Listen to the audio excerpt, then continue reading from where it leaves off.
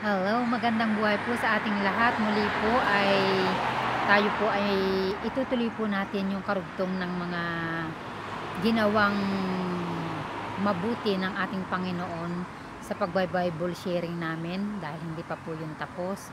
Marami po kasing siyang ginawang ah, himala, pagpapagaling at katugunan sa mga kahilingan naming lahat. Ayun po. At bago po yun, basahin mo po, bago ko po sabihin yung ilan pang karagdagang kabutihan ng ating Panginoon na ipinagkaloob sa amin, ay hayaan yung basahin kong muli ang Ebanghelyo na ang sabi ng Panginoon ay ang dalawa na nagkaisa sa kanyang pangalan, siya ay nasa kalagitnaan nila. Ayun po.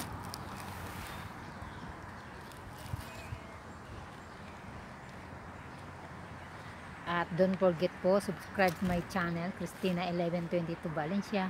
Paki-like and share na rin po at paki-press na rin po ng bell at ng all para updated kayo sa lahat ng upload videos. Ayun po, maraming salamat po. At ito po, babasahin po natin muli. Ito po ay nabasa ko ng nakaraan dahil nga po ay walang katapusan ang pagpapala na ibinibigay ng ating Panginoon at napakaraming pagpapala, blessing, himala, pagalingan, pinansyal, kalakasan ang ibinigay ng ating Panginoon, kapayapaan sa aming nagba-Bible sharing nung panahon na yon by cellphone conference, ay ito pa po ang karagdagan. Basahin po natin ang Ebanghelyo. Ang sabi po dito sa Mateo chapter 18 verse 19 to 20. Ang sabi po dito, tandaan din ninyo, kung ang dalawa sa inyo ay nagkaisa dito sa lupa, sa paghingi ng anuman, ito'y ipagkakaloob sa inyo. Ang aking Ama na nasa langit, ng aking Ama na nasa langit. Uulitin ko, tandaan ninyo, kung ang dalawa sa inyo ay nagkaisa dito sa lupa, sa paghingi ng anuman, ito'y ipagkakaloob sa inyo ng aking Ama na nasa langit. At ang sabi pa po sa 20, sapagkat saan man may dalawa o tatlong nagkakatipon sa pangalan ko, naroon akong kasama niya. Ayan.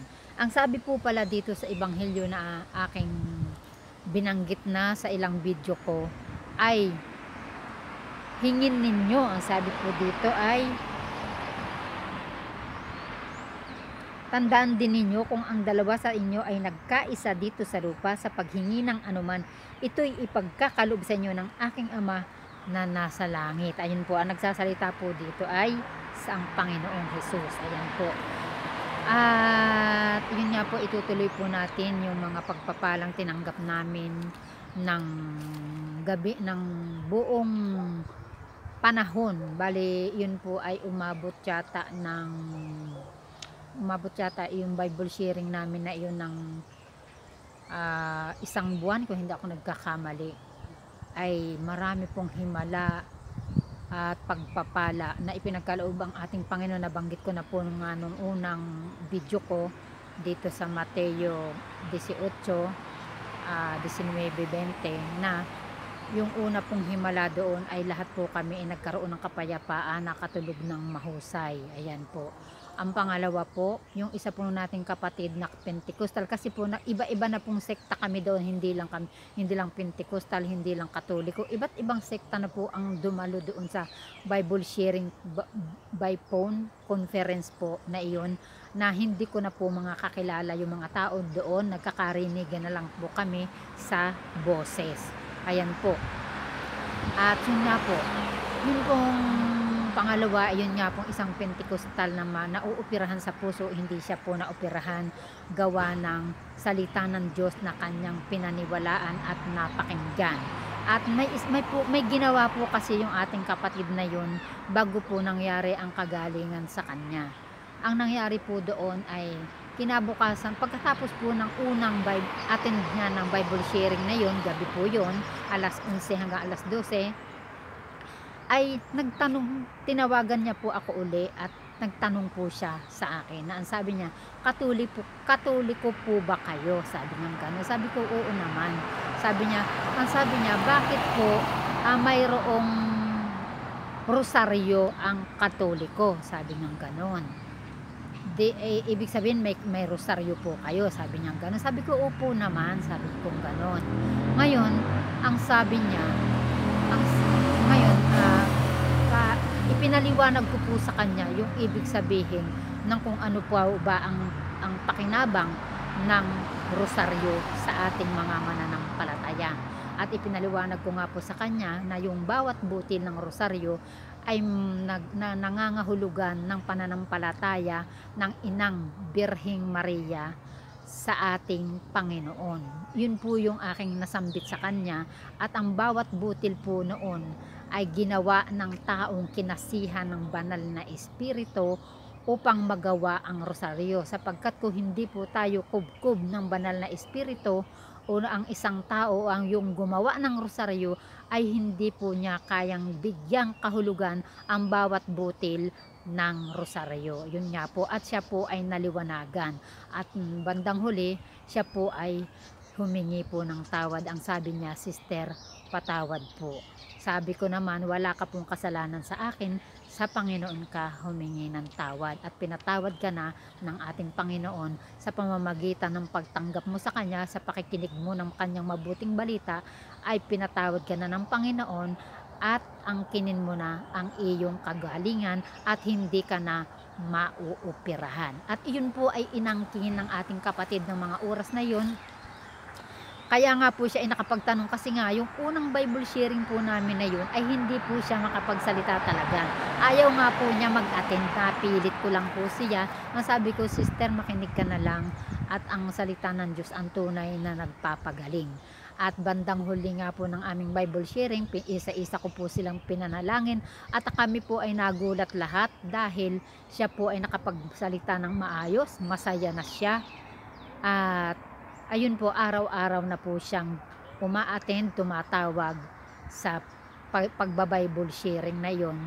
Hindi ko na siya tinatawagan, na noong una po ay pinilit ko pa. At yun nga po, ayon po sa kanyang patotoo, yung araw ng linggo na siya ay uupirahan, hindi na siya inupirahan dahil wala nang nakitang karamdaman sa kanyang puso. Ang pagkakasabi pa nga niya, 2 beses siyang uupirahan sa sakit sa puso. Subalit, gumawa ng tanda, himala at kababalaghan ang ating Panginoon, dahil sabi nga po dito sa ating binasa na ang dalawa na nagkatipon o higit pa sa kanyang pangalan ay humingi ng anuman, at ito ay kanyang pakikinggan. Ayan po ang sinabi ng ating Panginoong Hesukristo na gagawin ng ating Diyos na buhay sa ating lahat, sa lahat ng sumasampalataya sa ating Panginoong Jesus. Ayun po. Kaya nga po, at yun nga po, yun po yung nangyari doon. At lahat po kami ay, siyempre lahat naman tayo ay nakakagawa ng hindi tama. Sa mga oras na iyon, ang bawat isa ay humingi ng kasalanan, dahil sa bawat bungad po ng aking Bible sharing, ako po ay nananalangin, humihingi ng tawad anuman ang aming mga nagawang kasalanan.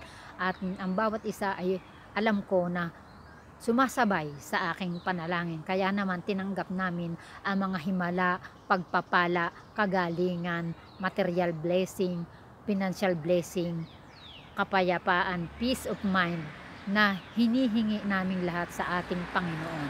Kaya nga po, naging masaya po ang araw-araw naming pagba-Bible sharing, bagamat kami po ay pagod na sa trabaho. Subalit na kapag andoon na po kami sa Bible sharing na yon, ay andoon po yung kagalakan, ang kalakasan, at kami nga po ay nakakatulog ng mahimbing. Ayan po yung mga pagpapalang tinanggap namin sa salita ng Diyos na aming pinagsalo-saluhan. Marami pa pong ibang sekta na dumalo doon.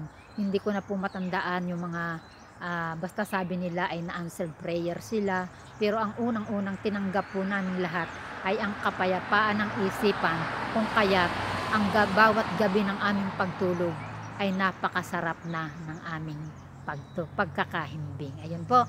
At sa lahat po ng ito ay pinapapurihan ko po ang ating Panginoon dahil binigyan na naman niya ako ng pagkakataon na makapag-share ng kanyang mabuting balita, hindi lamang sa harapan ng iilan kundi alam ko marami po ang makakapakinig nito at makikinabang, at kung paniniwalaan nga po natin, tatanggapin po natin na ang salita ng Diyos ang nagbibigay buhay sa atin, ang tinapay ng buhay, ang magbibigay ng kagalingan sa atin, ng kalakasan sa atin, at tutugon sa lahat ng ating mga mithiin sa buhay. Kung ito po ay naaayon sa kalooban ng Diyos, ipagkakaloob po yan sa atin ng ating Panginoon kung tayo po ay sasampalataya sa Kanya at susunod sa Kanyang mga aral. Yan po lamang muna, at sa susunod ay panoorin yung muli ang mga susunod po nating mga pagbasa ng banal na aklat.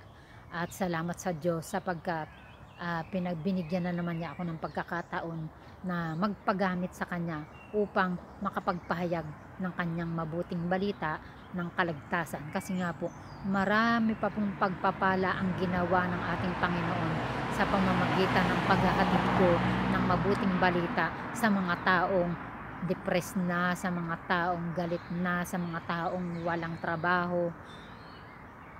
Puro pagpapala po ang ibinigay katugunan ng ating Panginoon sa mga taong dalawa na nagkaisa o higit pa, lalong mas maganda, ay pinakikinggan ng ating Panginoon ang mga kahilingan. Yun lamang po. Magandang buhay pong muli. God bless us all. Count our blessing. Bye-bye.